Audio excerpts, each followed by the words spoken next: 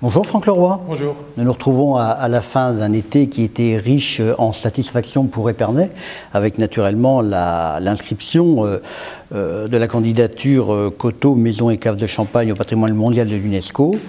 On va arriver sur des dossiers peut-être moins euphorisants, mais tout aussi importants pour les citoyens sparnassiens, à savoir la voirie. Alors un certain nombre de questions. Une première qui nous vient de Régis. Pourquoi la rue des Huguenots n'est-elle pas refaite ? Et dans la foulée, il nous demande l'allée du Saut du Lièvre et la rue des Côtes. Alors, je vais répondre à Régis, évidemment. Je voudrais simplement dire que la voirie, c'est extrêmement important pour nous parce que c'est la vie quotidienne des habitants. Tous les jours, on sort de chez soi pour aller conduire les enfants à l'école, pour aller travailler, pour aller emmener quelqu'un de sa famille sur un lieu de loisir.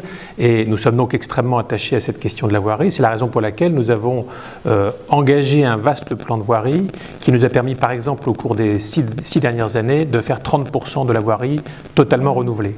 Et cette année, 3 400 000 €, ce qui est un effort beaucoup plus important que les autres années, tout simplement parce qu'il y a des besoins en la matière et que notre souci, c'est de répondre au quotidien des habitants. Alors, vous avez évoqué la question de la rue des Huguenots. C'est une rue importante pour nous parce qu'elle est parallèle à la rue Henri-Martin. Elle est dans un très bon état dans sa partie initiale, puis quand on passe la rue des Gencelins et qu'on va vers la rue de l'Hôpital, elle est fortement détériorée. Ce genre de chantier ne peut pas se décider sans concertation avec l'ensemble des concessionnaires qui travaillent sur les réseaux souterrains, l'eau, l'assainissement ou sur l'éclairage public par exemple. Donc la première partie a fait l'objet d'une rénovation il y a maintenant quelques années.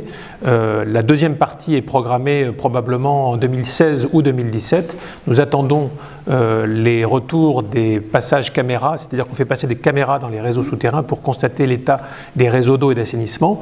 Et ces retours nous permettront de savoir s'il y a urgence ou pas à programmer cette voirie.